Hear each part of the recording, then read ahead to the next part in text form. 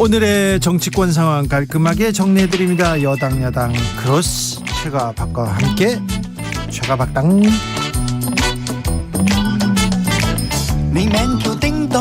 여야 최고의 파트너입니다. 주진우 라이브 공식 여야 대변인 두 분 모셨습니다. 박성준 더불어민주당 의원 어서 오세요. 네, 안녕하세요. 그리고 최영두 국민의힘 의원 어서 오세요. 예, 뛰어왔습니다. 네, 최영두 의원님 모셨습니다. 네, 고생 많으시죠? 자, 민주당에서 비대위원장 우상호 의원을 추대하기로 했다고요? 네, 맞습니다. 네. 오늘 의원총회를 열었어요. 네. 당이 지금 비상 시국이다 보니까 오늘 3시부터 5시 넘어서까지 한 2시간 동안 의원총회를 열어서 당의 이제 진로 문제라고 할까요? 앞으로 어떻게 해야 되느냐에 대한 논의를 하는 자리였는데 비대위원들을 이제 선출하는데 초선의원은 초선의원 1명 추천을 하자. 또 네. 재선의원은 재선의원 그룹에서 1명 추천하고 또 3선의원 그룹 추천하고 또 4선, 5선, 6선에서 또 1명 이렇게 추천을 하는 형태로 가자라고 하는 것이 이제 모아져 가지고 초선 의원에서는 이용우 의원이 이제 비대위원으로 추천이 됐고요. 재선 의원 그룹에서는 박재호 의원이 추천이 됐고 3선 의원에는 이제 한정혜 의원이 추천이 됐는데 결국 이제 가장 중요한 것은 비대위원장을 누가 맡을 것이냐에 대한 부분이었습니다. 그런데 여러 이제 총의를 모았는데 또 정치적 경험이라든가 지금 이 시국에서 리더십을 발휘하고 또 화합과 단합을 이뤄서 실질적으로 당을 이끌 수 있는 2개월의 비대위 체제를 맡아서 일할 분은 우상호 의원이 적임자다라고 하는 거예요. 비대위는 2개월짜리 비대위입니까? 2대위 비대위죠. 왜 그러냐면 이제 전당대회가 8월 말이니까 네. 8월 그때까지? 말까지 이제 다리 역할을 하는데 상당히 이제 어려운 시기 아니겠습니까? 그 가운데에서 네. 민주당이 가야 할 방향에 대한 것들을 잘 제시를 해야 되겠죠. 민주당은 비대위가 끝나고 혁신 비대위를 꾸려서 2달짜리 비대위가 또 들어갔습니다. 선거에서 지니까 민주당 좀 힘들죠. 힘들죠. 저도 이제 2020년 총선에 들어와서 저는 이제 승리를 하지 않았습니까? 네. 그 이후에 4.7 보궐선거 대선 보궐선거 할 때도 제가 또 열심히 했거든요. 그렇죠. 4.7 보궐선거 할 때도. 네. 그리고 이제 대선 때는 이제 이재명 후보 대변인하면서 정말 열심히 뛰었고 이번에는 또 송영길 서울시장 후보 이제 비서실장하면서 더 열심히 뛰었습니다. 네. 그런데 계속 열심히 뛰는데 계속 지니까 이게 저에게 문제가 있는 것인지 여러 가지 이제 반성하게 되고 힘이 안 나가지고요. 힘이 네. 쫙 빠져가지고 이거 뭘 어떻게 해야 되나 막 그 정도로 막 그 온몸에 힘이 빠지고 막 약간 뭐라고 할까 머리도 이제 멍하고 그렇더라고요. 당 내에서 그런데 네. 친문 친명 그렇게 뭐 갈등이 큽니까? 아니 이제 항상 대선의 역대 우리나라 한국 정치를 보면 대선 패배한 정당은 어떻게 됩니까? 거의 뭐 그냥 죽음 아닙니까? 죽음의 계곡에 들어가는 거잖아요. 대선 패배 자체가. 네. 이미 죽음의 계곡에서 그러면 어떻게 나올 건가를 가지고 싸우는 게 정당 아니에요. 그 싸움에 노선 투쟁이 있지 않겠어요? 그렇죠. 이쪽으로 가자 하는 거 또 반성도 해야 된다. 아니면 더 나가야 된다. 뭐 이런 쪽의 얘기들이 있는 건데 그것은 당연한 거 아니겠습니까? 지금 그래서 이 과정이 한 2개월 정도는 이제 비대위 체제 그러니까 우상호 위원장의 비대위 체제 하에서 그 노선 투쟁은 분명히 있을 것 같아요. 당내 어떻게 하겠다. 네. 그 이후에 당대표 선출 이후에 새로운 지도체제가 등장하면서 8월 말에 등장하니까 9월부터는 새로운 지도부가 이제 형성이 된다고 봐야 되겠죠. 네. 전당대회를 놓고도 계속 치열하게 다투겠죠. 2달 동안 저는 당이 네. 엄청 어려울 것 같습니다. 비대위 체제가 있다고 하더라도 네. 어려운 단계에 있을 최영두 의원님 민주당 어떻게 보세요? 우리 당의 5년 전 모습을 한번 반추해 보시면 조금 도움 될 것 같습니다. 타산지석일 것이도 할 테고 반면교사가 되기도 할 텐데 그렇더라고요. 이게 책임론이라는 게 늘 나오지 않습니까? 네. 정치에서는 책임이 제일 중요합니다. 책임윤리. 그래서 이제 막스 베버가 책임윤리라고 얘기했죠. 신념윤리라는 것은 민주당의 정강 정책 가치에 따라서 내가 이렇게 해보겠다고 하는 겁니다. 그런데 이제 임기가 끝나면은 성과와 책임이 따르고 또 책임윤리라는 게 있는데 정치에서 가장 중요한 게 미덕이라고 합니다. 그게 윤리이기도 하고. 그런데 지금 왜 이렇게 되었느냐. 그럼 누구 책임이냐. 이 가지고는 싸움이 이제 시작되고 그러지 않습니까? 우리도 그랬습니다. 우리는 탄핵당하고 대선에서 그렇게 대패를 했는데도 내 책임이라고 이야기하는 사람 별로 없었습니다. 다 우리라는 이름 안에 묻어가고 그래가지고 결국 어땠습니까? 그 다음에 1년 뒤에 이제 문재인 정부가 조금 실패하는 것 같으니까 인사 실패 또 무슨 뭡니까 소득주도 성장도 그때부터 벌써 좀 균일 조짐이 있었거든요. 그러니까 큰 실패한 줄 알고 그냥 막 팼습니다. 팼더니 오히려 야당 심판을 해버렸어요. 지방선거에서. 예. 지금 선거와 완전히 정반대되는 결과가 그 당시에 나왔었죠. 근데 그게 끝이 아니더라고요. 그게 바닥인 줄 알았더니 그 밑에 지하층이 있어가지고 아이고 총선에서는 막 엄청나게 대패하지 않았습니까? 이게 국민의힘이 결코 이상한 집단에서 일어난 일이 아니고 정치에서 왜 기본을 무시하면 이렇게 되는가. 그래서 우리가 뭐 고사에도 물은 배를 띄우기도 하지만 성남 민심은 물을 뒤집는다는 말이 있지만 그걸 많이 느꼈습니다. 느끼고 또 거기에 대해서는 뭐 민주당에서도 오래전부터 그 원칙 있는 승리, 원칙 있는 패배, 원칙 없는 패배. 고 노무현 대통령 말씀이죠. 이제 말씀이 있었기 때문에 이 사태가 왜 빚어지는가. 우리 뭐 아마 저도 이 시기에 또 그 당에 있었으면 똑같은 실수를 반복했을 텐데 그런 점들을 우리 당의 역사를 대제부 보면 이제 민주당의 앞일이 보이는 것 같은데 이 책임론을 누가 얼마나 책임지느냐의 문제, 국민에게 원칙 있게 하는 문제. 그리고 또 하나는 하나만 딱 더 보태면은 우리 아마 윤석열 정부도 출범한 뒤 아마 몇 차례 좀 약간 여러 가지 인사의 문제에서 국민들을 실망시키기도 하고 여러 그 우선순위 문제에서도 조금 아쉽기도 하고 그럴 텐데 우리 국민들이 여러 지금 그 지난번에 우리 민심의 법칙, 정치 법칙이라고 우리 박 의원님 말씀하신 것 같은데 집권 초기에는 국민들이 어쨌거나 이 정부 한번 해보라고 힘을 실어주고 맡겨주는 분위기더라고요. 근데 야당은 이제 조금 선거도 지기도 했으니까 이 정부의 실패를 바라니까 또 이 정부의 실패를 보고 안타까워서 이렇게 비판을 막 시작합니다. 그런데 이제 발목 잡기를 비치면은 계속 야당이 오히려 낭패를 당하더라라는 그런 교훈을 잘 새겨줬으면 좋겠습니다. 실패를 원하지는 않겠죠. 그렇죠. 우리나라인데요. 네. 그렇습니다. 그러니까 정치라고 하는 것이 이제 결국 민주주의는 국민의 참여를 통해서 대표를 뽑고 지금 얘기한 것처럼 책임을 묻는 게 민주주의 기본 원리 아니겠습니까? 그래서 참여 대표 책임이라고 할 수가 있는데 그러면 책임을 뭐로 물으냐면 이제 선거를 통해서 묻게 되는 거거든요. 우리가 이제 패배했다라는 것은 그만큼 이제 책임을 지른 건데 그러면 내부적으로 갔을 때 누가 책임질 것이냐에 대한 부분인데 이게 왜 어렵냐면 이 대선 패배라고 하는 것은 한 개인의 문제가 아니란 말이에요. 아주 중층적으로 그 다변화가 된 여러 복잡한 변수들이 얽히고 얽혀서 국민의 민심의 바다에 도도하게 흐르는 민심을 모르기 때문에 패배를 한 거란 말이에요. 한 사람이 그러면 우리는 한 원인도 뭐냐면 아니죠. 패배라고 했을 경우에는 어떻냐면 모든 미국도 그렇고 전 세계 정치 중에 하나가 뭐냐면 패배의 원인을 찾을 때 가장 쉬운 게 뭐냐면 희생양을 찾는 겁니다. 그래서 희생양을 만들어서 희생양을 처리하는 것으로 인해서 국민의 분노를 처리하려고 하는 욕구가 있어요. 그 정치의 어떤 세계예요. 그러다 보면 그게 뭐가 또 되냐면 결국은 나는 잘못이었고 너에게 잘못이다. 남 탓을 하면서 이것이 결국엔 분열의 요소가 또 된단 말이에요. 네. 그러다 보면 실질적으로 정당 안에서의 구심력을 발휘할 수 있는 힘을 잃는단 말이에요. 왜 그러냐면 정당 안에서의 내부의 결속에 의해서 그것의 힘을 받아서 원동력이 돼서 원심력으로 가는 힘이어야 되는 건데 지금 우리는 뭐냐면 민주당은 구심력을 발휘할 시점이거든요. 근데 구심력을 발휘하다가 이 대선 패배에 대한 책임론으로 막상 들어가기 시작해버리면 결국은 뭐냐면 분열이 될 가속화되는 가장 큰 문제가 있거든요. 그래서 뭐냐면 이런 것은 더 고차원적인 정치를 해야 되는 겁니다. 비대위가 됐던 당권에 도전하는 분들 같은 경우는 결국 한국 정치가 무엇이 문제이고 혁신에 대한 방향이 무엇인지에 대한 것도 해서 국민의 마음으로 가는 쪽으로 가야지 결국은 대선 패배의 결과론적인 것으로만 가다 보면은 저는 너무 어려운 죽음의 길로 또 들어가는 거 아닌가 이런 생각이 좀 들어요. 오늘 의원들 모여서 계속 회의하면서 그런 얘기 나오는 거죠. 책임론 계속 나왔습니다. 이재명 책임론 나왔습니다. 아니 그 실명거로는 안 하고 책임에 대한 반성과 책임에 대한 얘기를 하는 분도 있고 네.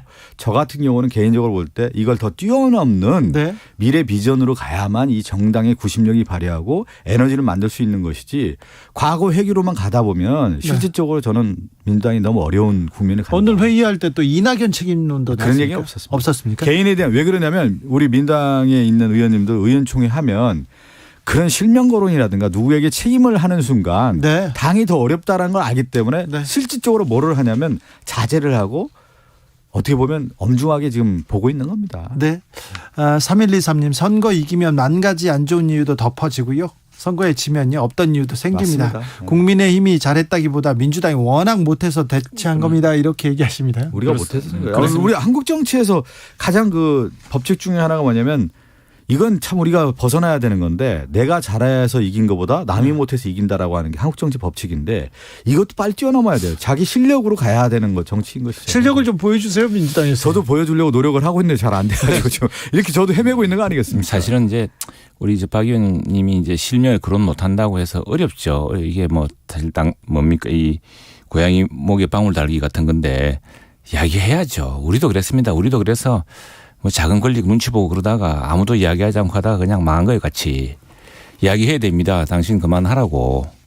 이전에 그러지 않았습니까? 이전에 사실은 뭐 지금 뭐 그분이 갑자기 경기도 지사도 하신 분이 연고도 없는 인천 계양에 가신다 그러니까 누가 봐도 이상하죠. 누가 봐도 이상한데 그 내부에서도 말리는 분들이 있었지 않았습니까? 근데 뭐 하시면 그게 지금 꼬이게 만든 거죠. 그게 뭐냐? 민주당이 대선 때 이재명 후보가 얻었던 표보다 지방선거 때 얻었던 전국위원 투표 총합이 700만 표가량 적었습니다. 물론 이제 이게 투표율이 이제 떨어진 것도 있고요. 투표율이 떨어진 게 이것 때문에 투표율이 떨어진 겁니다. 물론 네. 우리 당도 좀 떨어졌는데 우리 당은 조금 적게 떨어졌고 민주당 지지표가 687표가 떨어졌어요. 근데 이게 이제 패배인데 그럼 무엇이냐 다 아는 거죠. 사람들은. 아니 내가 그 이재명 후보 찍은 표가 그대로 가야죠. 다시 전국적으로. 근데 왜 그렇겠습니까? 원칙 없는 정치. 그런 문제인데 그런데 이건 사실은 당사자가 큰 리더십을 발휘해서 책임지고 또 뭐 좀 침잠하고 반성하고 이런 게 없이 이거 이제 우리 그 당내에서 개파라는 게 부득이 또 있을 수밖에 없습니다. 여기 맡겨지면 참 서로가 피곤합니다. 정치의 리더십은 이제 국민이 만들어주기도 하고 스스로 만들기도 하는 거죠. 지금 민주당이 그만큼 어려울 때 그럼 리더십에 저는 전당대회에 또 새로운 획기적인 바람이 또 불 수도 있다고 봅니다. 뭐냐면 이재명 지금 이제 당선자 이제 국회의원 당선자 국회의원이 보궐선거가 바로 됐죠. 이재명 의원은 우리가 또 민주당의 필요에 의해서 부른 거거든요. 그렇게 나왔고 또 그 책임을 또 지는 부분도 있는 거고 또 하나는 뭐냐면 다음 전당대회에서 이재명 국회의원이 그 역할이 있다고 하면 또 책임이 지는 거고 그 역할을 또 수행하면 되는 거고 또 하나 뭐냐면 정당 안에서 내가 새로운 민주당의 모습, 뉴 데모크라틱 파티, 민주당의 모습을 보여줄 수 있는 인물이 나와서 내가 이런 도전을 하겠다. 그런 선택을 또 받으면 되는 겁니다. 그런데 내가 선택을 받겠다가 나왔는데 그러한 실력과 능력이 안 되면 또 없어지는 거고요. 그래서 누가 되고 누가 안 되고 이러는 시점이 아니라 네. 누가 나와서 이것을 더 잘할 수 있냐에 대한 부분으로 가야 된다. 저는 그렇게 보는 겁니다. 1053님 민주당은 누구 책임 따질까 아니라 예. 모두가 책임질 생각을 해야 그럼요. 하는 거 아닌가요? 예. 책임을 따진다는 게 이해가 좀 안 갑니다. 얘기하고요. 0119님 민주당에 희망이 있습니까? 또다시 국민의 지지를 받을 수 있을까요? 뭐 지금이야 이렇게 추락하고 있지만 또 반전하겠죠. 반전하는 계기를 만들 수 있겠죠. 이지영님 정치인들 기득권 약해져가지고 정치에 집중할 것 같아요. 나라를 위한 일보다 자신을 위한 일에 집중하니까 정치를 제대로 안 하고 있는 듯합니다. 그렇게 보입니까? 국민을 위해서 국가를 위해서가 아니라 자기 정치적 이익, 자기 계파의 이익을 위해서 싸우는 것 같습니까? 그렇다면 더 비판을 받아야죠. 자. 국민의힘은 어떻습니까? 이준석 대표가 우크라이나 갔는데 네. 강구 정진석 윤핵관의 대표적인 인물이 그거 자기 정치하고 있는 거 아니냐 비판했어요. 자기 정치 했는데 뭐 민주당도 비판하고 당내에서도 비판이 나오니까 그게 정치 행보했다면 실패한 포석이 된 거죠. 그런데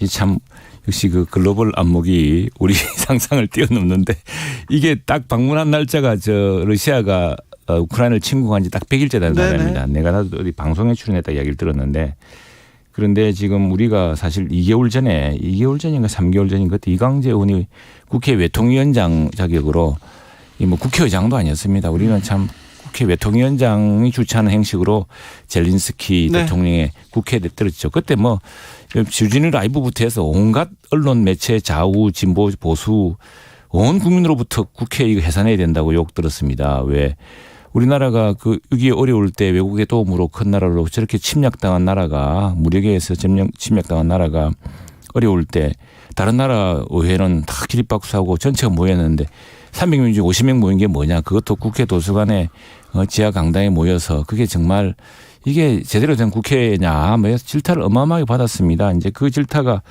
뭐 우리 지방선거하고 이러면서 좀 또 대통령이 지금 잊혀졌는데 아마도 뭐 그걸 기억했기 때문에 정당의 대표로서 우크라이나 여당의 추천으로 이제 간 형식으로 갔습니다. 갔는데 이건 뭐 우리 정부 입장에서는 아마도 좀 신중할 수밖에 없을 거라 봅니다. 새 정부가 특히 그렇죠. 이제 북핵 문제도 풀어야 되고 러시아도 예, 있고요. 러시아도 있고 러시아와 현실적 관계가 있으니까 뭐 그런 관계에서 최근에는 보면은 우크라이나의 핀란드 대통령도 그 기후에 바로 방문하고 합니다. 이 핀란드라는 나라가 사실은 외세에 의해서 끝없이 침범당하고 해서 러시아의 눈치 보느라고 그 외교적 자주권도 거의 포기했다시피 한 나라인데 그 나라가 이제 안 되겠다. 이게 이제 우리가 러시아 같은 나라 놔두면은 이런 침략 행위는 그래서 분명히 의원님, 막아야겠다. 예. 그래 윤핵관과 이준석 대표 간의 갈등이 좀 보이긴 하잖아요. 그 갈등이 아닌 것 같은데 얼마 전에 권성동 대표가 그건 억측이다 이러지 않았습니까? 아니 그게 갈등이지. 그게 뭐 뭐가 화합이고 갈등입니까? 협조고 아니 그리고 그렇습니까? 건강한 정당이면은 네.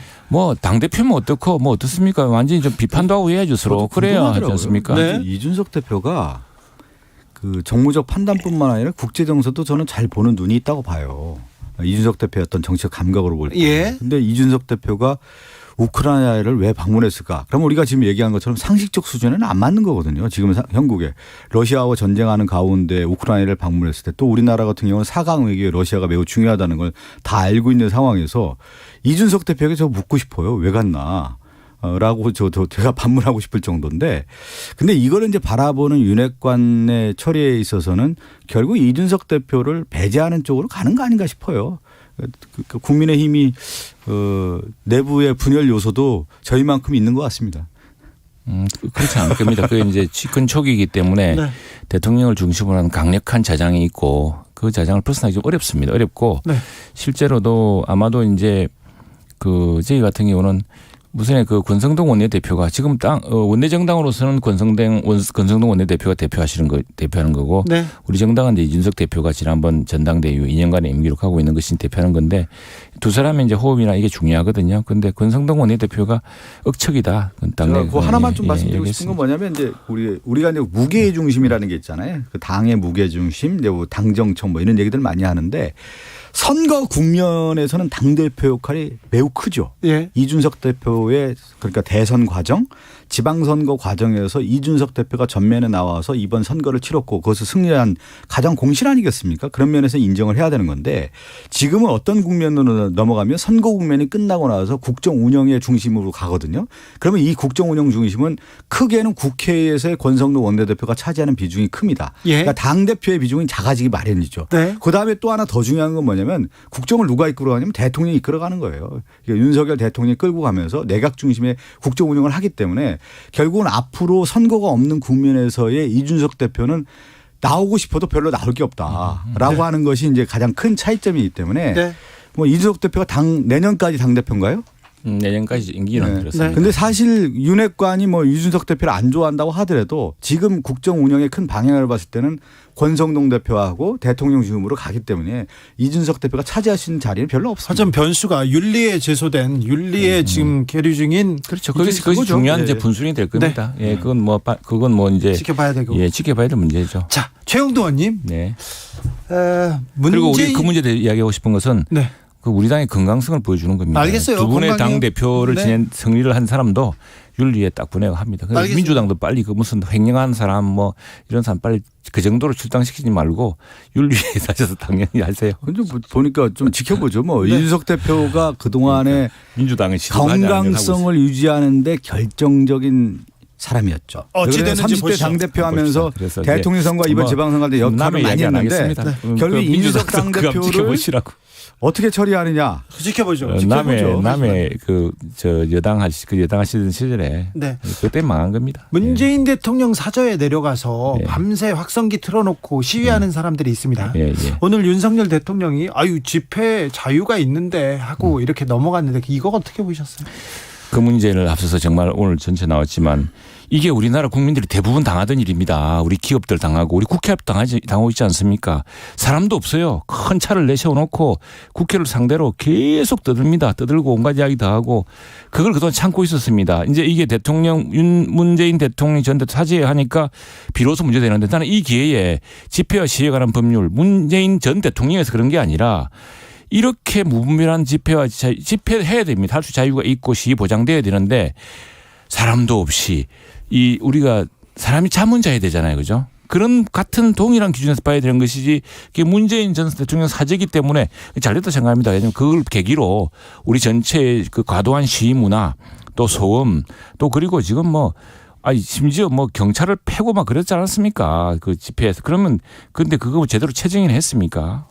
근데 뭐 최영두 의원님 의견에 대해 동의하는데요. 지금 뭐냐면 확성기에 의한 집회 있지 않습니까? 예를 들면 우리가 선거운동할 때도 선거운동 기간에만 마이크를 착용할 수 있단 말이에요. 다 육성으로 하게 돼 있지 않습니까? 그것도 또 9시 넘으면 예. 못하는 것처럼 이 집회 결사 자유라고 하는 것은 민주주의의 가장 기본이고 기본권이고 인권 아니겠습니까? 그 부분은 충분히 인정하되 다수에게 또 피해를 주는 부분이 분명히 있단 말이에요. 그런 경우에는 저도 좀 봤을 때 이건 법적으로 좀 문제가 있는 거 아니냐 생각이 네. 들어서 확성기에 의한 시위 같은 경우는 1인 시위면 얼마든지 할 수가 있는 것이죠. 그런데 저는요. 네. 그런 부분을 제가 기사를 썼을 때 한 대형교회 목사님에 대한 기사를 썼는데 신자들이 수천 명이 회사 앞에 와가지고 집회하고 주 기자를 죽이자 사탄 기자 물러나라 이렇게 왔어요. 네. 저는 그거 인정. 회사 앞에 와서 인정인데 몇몇이 제가 집에 가는데 집을 따라오더라고요. 이거는 아닌 것 같아요. 그렇죠. 그건 네. 아닌데. 자, 우리 자, 지난 5년 민주주의 동안 기본 어떤 원칙에 맞지 않는 것이죠. 집회와 파업에서 어떤 일인 줄 아십니까? 그 공장, 이게 원래 사실 파업을 하면은 파업의 사업장은 유지가 되는 사업장을 막았습니다. 막아쓰고 뭡니까 고용 쪽 사람들을 이전에 막 때리고 패고 감금하고 그러지 않았습니까? 그 경찰이 제대로 대응했습니까? 대응해야죠. 대응해야죠. 지금 네, 대응해야죠. 법 질서는 엄격히 세워야 되고 집회의 자유는 보장하되 그렇죠. 보장하되 네. 지금 우리처럼 주행크를 그렇게 신변의 위협을 강하고 이건 완전히 폭력이거든요. 그런 것들은 그러니까 똑같은 기준으로 이번에 문재인 전 대통령의 사지에서 느낀 그걸 안다면은 민주당도 이 문제에 대해서는 근데 같이 저는 나서야죠. 제가 그 윤석열 대통령의 정확한 워딩을 좀 이해를 못했어요. 왜 그러냐면 좀 주진우 앵커가 질문한 거 아니겠습니까? 네. 윤석열 대통령에 대한 그 문재인 대통령 사저의 그 시위에 대해서 윤석열 대통령이 언론 출판 집회 결사자의 뭐 인정 뭐 이런 네. 식으로 얘기했습니까? 네. 근데 저는 그런 건 좀 맥락을 좀 보고 얘기했으면 좋겠어요. 왜 그러냐면 전임 대통령의 사죄에 문제가 있다고 하면은 그걸 충분히 내가 보고받고 문제가 무엇인지를 검토한 다음에 하겠다 이렇게 얘기를 하면 좋을 것 같습니다. 대통령이라고 하면. 왜 그러냐면 현직 대통령도 전임 대통령에 대한 예우가 있는 거 아니겠습니까? 그럼 네. 맥락을 좀 보고 하는 게 좋을 거고 문제가 있다고 하면 조치하는 것이 마땅한 것이죠. 네. 네. 아무튼 저는 청와대나 대통령실에 앞에 가서 시위할 수는 있다고 보는데 사저를 쫓아가고 그다음에 또 전임자의 그렇죠. 네. 그 부분에 대해서는 다시 좀 고민해 봐야 될 것 같습니다. 예, 그러니까 이 민주주의에 대통령이- 우리가 그냥 아니, 성숙도로 대통령이 얘기했어요. 네. 대통령 이렇게 대통령 집무실도 시위가 허가되는 판이다. 근데 이 법에 따라 해야 된다 이랬습니다. 법에 따라 해야죠. 법에 따라 하고 그런 이야기입니다. 넘어가겠습니다. 법 이전에 상식이라는 게 있잖아요. 우리가. 이복현 네. 검사는 아니 잠깐만요. 주진우 그리고 그 얘기는 무슨 화물연대 얘기냐면 파업을 상식이라고 하는 얘기는 화물연대? 뭐냐면 법 이전에 법에 따라 한다. 우리가 자꾸 법대로 한다라고 들었는데 왜 법에 다 기술하지 않았겠습니까? 개인 집 앞에 확성기 틀고 시위하는 것이 상식에 맞지 않까. 이거는 맞지 않기 때문에 법으로 규정을 안 한 거예요. 아예. 아니 법에 있어요. 법에 아니 못하게 예를 있습니다. 들면 그렇다는 거예요. 예. 우리가 법이라고 법에 하는 못하게 돼 영역을 있습니다. 너무 지나치게 해석하면 안 된다는 거예요. 자, 여기서 넘어가겠습니다. 상식적 수준에서 얘기하면 되는 거죠. 법률가들이 지금 인사에 다 법을 보는 많이 하려고 네. 하면 세상이 유지가 됩니까? 인사 법대로 해야죠. 곳곳에 지금 똑같이 약진하고 원칙 있습니다. 따라. 금융범죄 전문가입니다. 이복현 검사는 국정원 댓글 수사했고요. 국정농단 수사를 했습니다. 특별히 삼성 이재용 부회장 불법 승계 수사하던 특수통이고요. 검찰 수사로서는 그 가장 예리한 칼을 자랑하던 사람입니다. 이분이 금감원장으로 갑니다. 그리고 다른 검사는 공정거래위원장으로 갑니다. 검사 출신들이 너무 많이 이렇게 등용되는 거 아니냐 어떻게 보시는지요, 최영도 의원님? 그게 뭐 대통령실의 비서관까지 따지니까 그런 건데 사실 대통령 비서관이라는 게 뭐 얼마나 높은 자리입니까? 뭐 그걸 다 같이 비교할 건 아니고. 아니, 최근에 인정할 건 좀 인정하셔야죠. 근데 내가 보니까 진짜 문제는 공정이 네. 금감원이죠.